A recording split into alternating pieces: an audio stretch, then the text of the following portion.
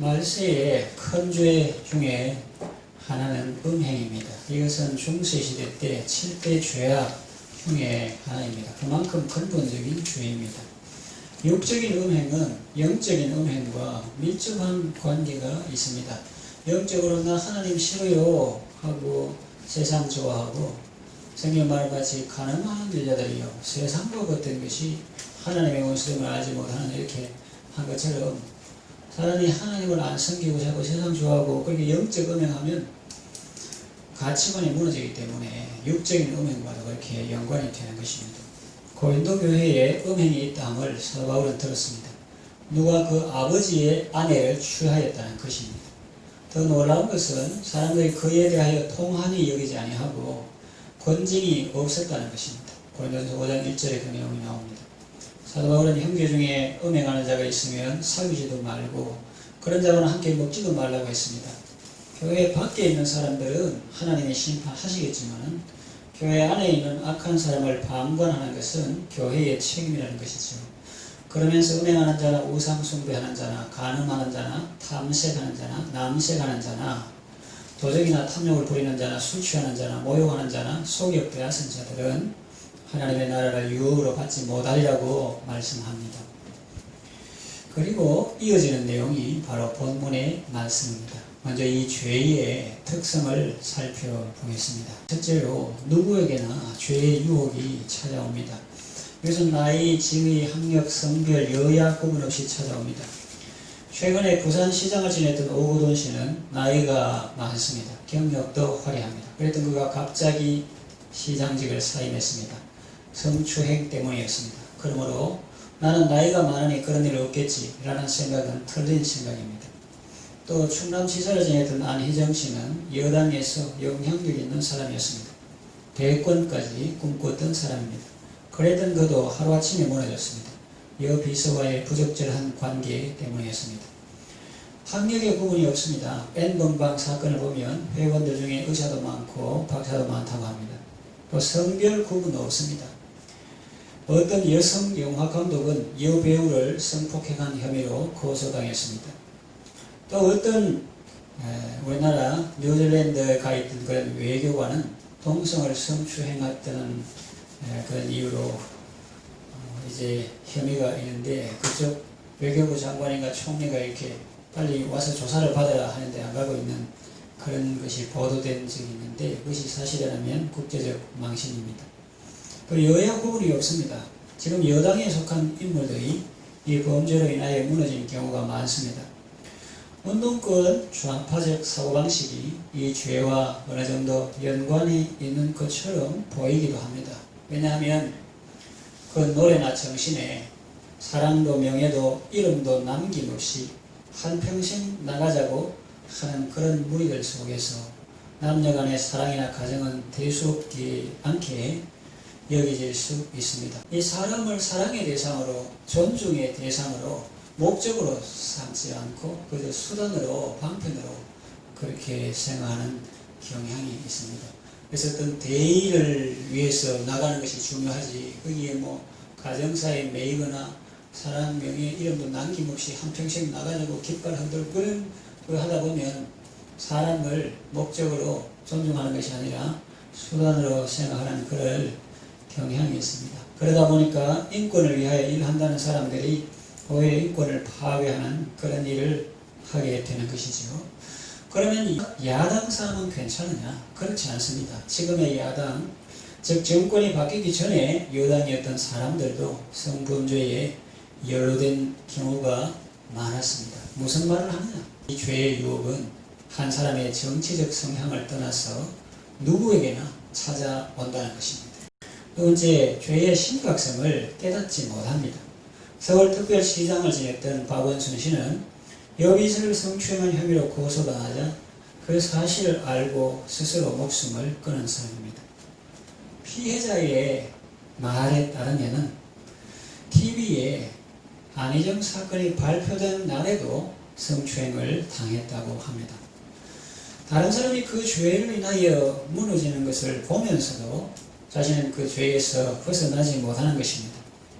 그 죄에서 빠져나올 힘이 없었든지 아니면 자신은 괜찮을 것이라고 생각했든지, 아무튼 그는 한 사람이 TV 화면에서 추락하는 그 모습을 보면서도 그 멸망의 구덩이에서 빠져나오지 못했습니다.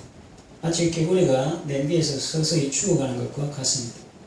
다른 죄도 그렇겠지만 특히 성범죄는 중독성이 있어서 한번 빠지면 거기서 헤어나오기 어렵습니다.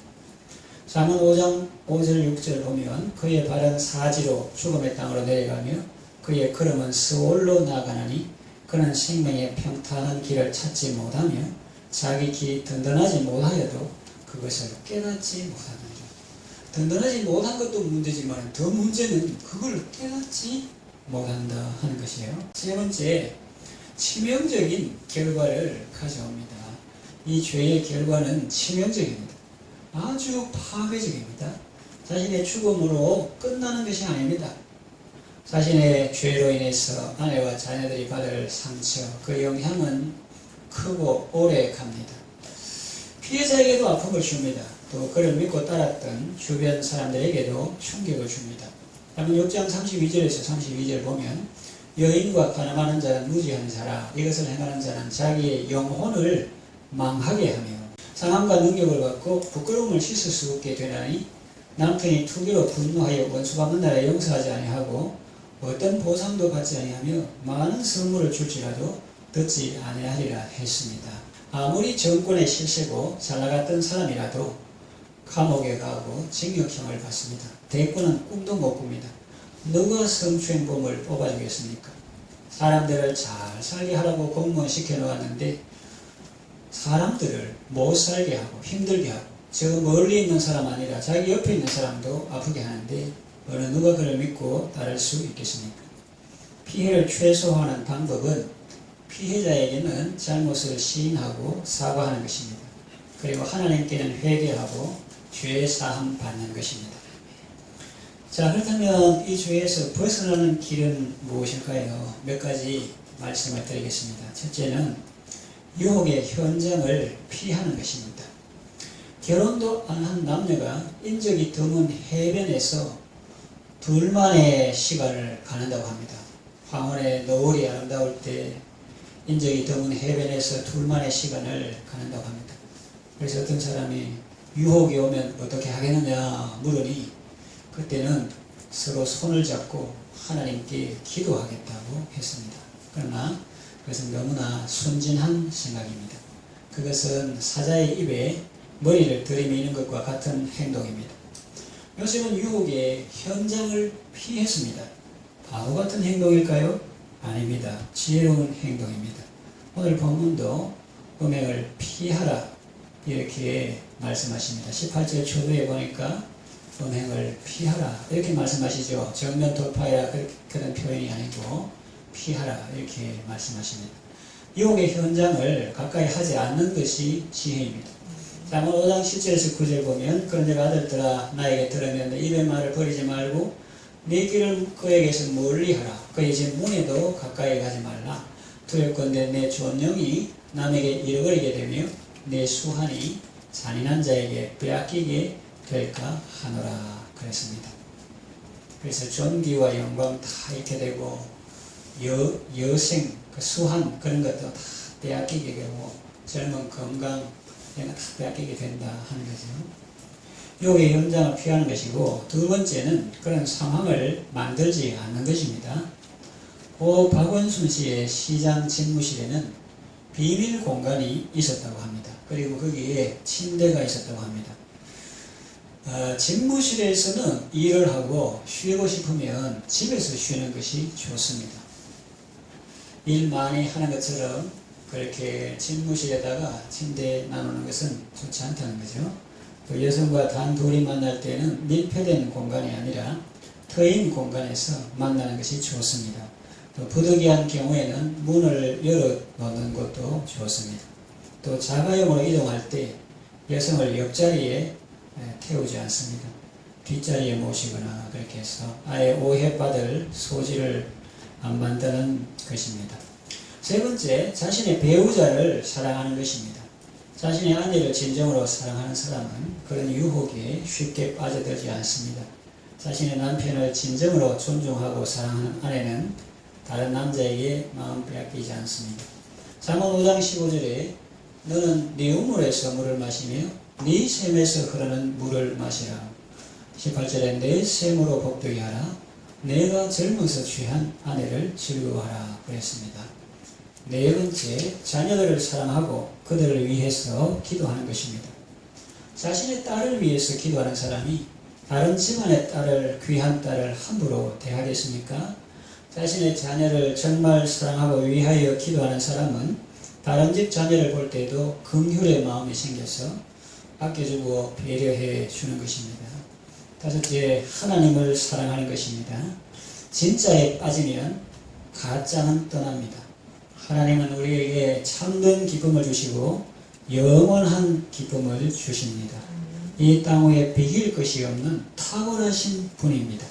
성경에 보면 하나님을 사랑하는 자는 위로 향한 생명길로 말미암아 아래에 있는 사망을 떠나게 되느니라, 이런 말씀이 있습니다. 또 로마서 1장 마지막 보면은 사람이 마음에 하나님 두기를 싫어하면 하나님께서 그 상실한 마음 그대로 내버려 두신다고 했습니다. 나 하나님 싫어요. 하나님께서 나는 네가 좀 더 그렇게 싫다. 그러면 안 됐지만 내가 떠나줄게. 그거는 뭐냐면 바로 내버려둠의 심판이에요. 그래서 하나님의 은혜로운 통치가 있을 때는 행복하고 좋은데 하나님이 그러면 네 혼자 살아봐라. 그 상실한 마음, 그 잃어버린 마음, 주인 없는 마음이죠. 그 상실한 마음에 그대로 내버려 두심에 곧 저희가 모든 더러운 것을 욕심으로 행하되 하면서 남자가 여인으로 더불어 순리대로 행하기를 버리고 남자가 남자를 향하여 부끄러운 일을 하며 등등 그런 수근수근 온갖 중산모략 그런 것들이 쭉 이렇게 열려되어 나옵니다. 그래서 하나님 싫어요 하니까 하나님께서 그 마음을 상실한 마음 그대로 내버려 두시니까 그런 상태에서는 온갖 더러운 것을 욕심으로 행하는데 오늘날 문제 시대는 이 동성애도 그 중에 하나라고 볼 수가 있습니다. 진짜를 싫어하면 가짜들이 친구라고 찾아오는 것입니다. 자문에 보면 여호와를 떠난 자는 음녀에게 빠지게 된다고 말씀하고 또 자문에 보면 지혜가 하는 일이 나옵니다. 지혜는 인격적으로는 예수님이고 고린도교회 보낸 편지에서 예수는 우리에게 지혜와 의로움과 구원함이 되셨느니라 했는데 인격적으로는 예수님이 지혜고 진리로 말하면 하나님의 말씀이 지혜인데 자문에 보면 지혜가 하는 일이 나옵니다. 지혜는 먼저 우리를 악한 자의 길에서 벗어나게 하고 또 음녀에게서 벗어나게 하고 우리를 선한 길로 인도합니다. 우리의 지혜이신 예수님을 모시고 건강하고 복된 삶을 살아가시기를 바랍니다. 그리고 여섯 번째, 하나님을 경외하는 것입니다. 요셉은 하나님을 경외하는 사람이었습니다. 주인의 아내가 집안에 사람들이 한 사람도 없을 때 어쩌면 그 여자가 그런 상황을 의도적으로 만들었는지도 모릅니다. 너 오늘 집에 들어오지 마라 이러면서 일꾼들을 다 쫓아낸지 몰라요. 여하간 집안에 사람이 한 사람도 없을 때 요셉을 붙잡고 동침하기를 청합니다. 그때 요셉은 이렇게 말했습니다. 내가 어찌 큰 악을 행하여 하나님께 득죄하리까. 이와 같이 요셉은 하나님 앞에서 살았던 것입니다. 사람들은 아무도 안 본다고 죄를 짓지만 그것은 정말 하나님을 무시한 것입니다. 손으로 해를 가리고 해가 없다 하는 것과 같습니다. 그런다가 해가 없는 것이 아니죠. 손으로 해를 가릴 것이 아니라 해를 인정하고 그 아래에서 마음껏 뛰노는 것이 훨씬 낫지 않습니까? 여호와를 경외하는 자는 이 모든 악하고 어리석은 것에서 벗어나게 된다고 성경은 말씀합니다. 일곱 번째는 자연을 가까이 하는 것입니다. 숲에 자숙하면 좋습니다. 몸에도 좋고 마음에도 좋습니다. 주 하나님 지으신 모든 세계를 마음에 그리어 봐도 좋은데 직접 가보면 더 좋습니다. 주님의 높고 위대하심을 알게 됩니다. 그래서 우리의 영혼은 하나님을 찬양하게 되는 것입니다. 자연은 펼쳐진 성경이라는 말도 있지 않습니까? 풀 한 폭이 새 한 마리도 돌보시는 하나님의 사랑, 지혜와 능력을 보면서 그런 오늘 있다가 내일 아궁이에 던져지는 덜풀도 그렇게 입히시건대 하물며 너희일까 보냐. 우리를 향하신 하나님의 사랑을 펼쳐진 성경을 통해서 읽게 되는 것입니다. 자연의 설레 가운데 주님의 음성을 듣고 하나님의 성품을 배우는 것이 진정한 공부라고 할 수 있습니다. 8번째, 여행과 독서를 하는 것입니다. 일상의 삶에서 학교 다니고 직장 다니고 회사 다니는 것은 참 소중하고 귀한 일입니다. 그와 함께 가끔은 일상의 삶에서 벗어나 때로는 일상 속에서 여행과 독서를 하는 것은 참 좋은 일입니다. 여행은 걸어 다니면서 하는 독서고, 독서는 방 안에서 전 세계를 다니는 여행이라는 말이 있습니다. 아무쪼록 하나님이 창조하신 아름다운 세계를 보면서 하나님의 위대하심과 광대하심을 체험하면서 살아가시기를 바랍니다. 이 여행을 표현하는 이것이 사람들이 전부 다 말하기를 좀 끌끌어하는 그런 주제지만은 사실은 아주 중요한 주제고, 이것이 영적으로도 아주 밀접한 연관이 있습니다.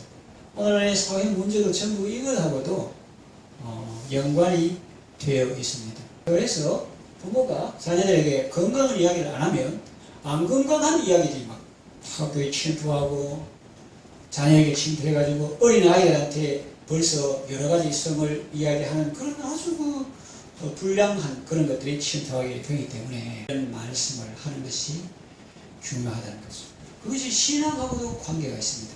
왜냐하면 그리스도의 정결한 신부로서 우리는 살아가는 이것이 충성하고 신앙의 정조를 지키는 것하고 이런 거하고 전부 연관이 있기 때문에 하나님을 사랑하고 건강한 사랑, 부모의 사랑, 하나님의 사랑으로 충만할 때 우리는 잘못된 사랑에 빠지지 않을 수가 있는 것입니다.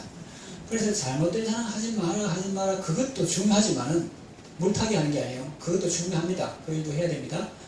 그러나 정말 우리는 참 사랑, 하나님의 사랑 안에 또 가족들의 사랑 안에 이렇게 거하도록 마음이 허하지 않도록 하나님의 사랑으로 충만해서 그렇게 이제 참 사랑, 건전한 사랑 안에서 복을 누릴 수 있지.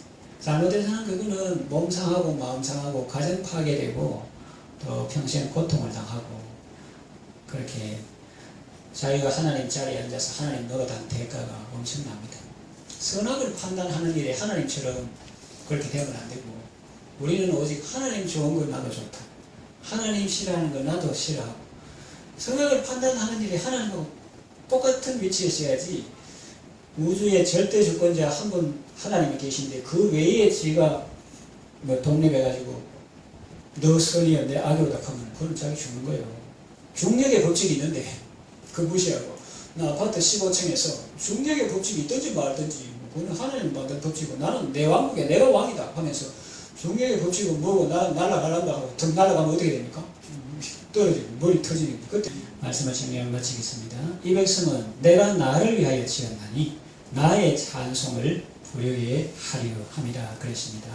사탄 마귀 귀신에게 홀려서 헛된 것에 빠져서 하나님께서 주시는 소중한 인생을 탕진하지 말고 하나님께서 우리 주 예수 그리스도를 통해서 주시는 각양 좋은 은사와 온전한 선물을 받아서 누리며 아름답고 복된 삶을 살아가시기를 바랍니다.